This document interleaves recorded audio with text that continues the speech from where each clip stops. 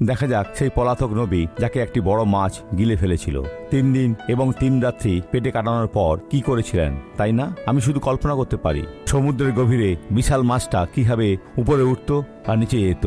চাপ ছিল প্রচন্ড, সে প্রায় মরতে বসেছিল, কিন্তু ঈশ্বর তাকে মরতে দেননি। তবু এর জন্য তাকে বড় মূল্য দিতে হয়েছিল। আজও মানুষ সেই মূল্য দিচ্ছে। দেখুন কি ঘটেছে। তারপর তিনি প্রার্থনা করলেন এবং বললেন, আমি সংকট প্রযুক্ত সদাপ্রভুকে ডাকিলাম আর তিনি আমাকে উত্তর দিলেন। আমি পাতালের উদর হইতে আর্তনাদ করিলাম, তুমি আমার রব শ্রবণ করিলে। পাতালের গভীরতম তলদেশ থেকে আর্তনাদ করেন যেখানে আপনি আছেন, সেই অন্তঃস্থল থেকে যেখানে আপনি লুকিয়ে আছেন। আপনি কেন ভুল কাজটি করেছিলেন? আপনি কেন ঈশ্বর থেকে পালিয়েছিলেন?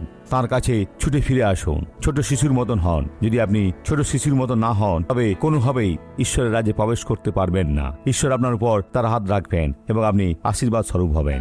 নাসরতীয় প্রভু যিশুর নামে আসুন এখন প্রার্থনা করি। পিতা, এই ভাই ও বোন এখন প্রার্থনা করছে।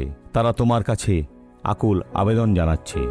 তাদের পুরো পরিবার কষ্ট পাচ্ছে। তাদের সন্তানেরা হায় ঈশ্বর চরম মূল্য দিচ্ছে। হে প্রভু, এ লোকেদের সাহায্য করুন, তাদের বোধোদয় ঘটান। আমি শয়তানকে এই জীবনগুলো স্পর্শ করতে নিষেধ করি। আমি বলি, হে অশুভ, এই ব্যক্তিকে ছেড়ে দাও, এবার চলে যাও। বিশ্বাস করুন, আদেশ করুন, ধমক দেন এই অশুভকে যা আপনার জীবনে আছে। ঈশ্বর যেখানে দরজা খুলে দিচ্ছেন এবং এখন মাছটি আপনাকে শুকনো জমিতে বমি করে দেবে। আপনি অল্প পথ হাঁটবেন, কিন্তু আপনি ইতিমধ্যে ঈশ্বরের রাজ্যে প্রবেশ করেছেন। ঈশ্বর আপনার মঙ্গল করুন। ধন্যবাদ পিতা, আমেন।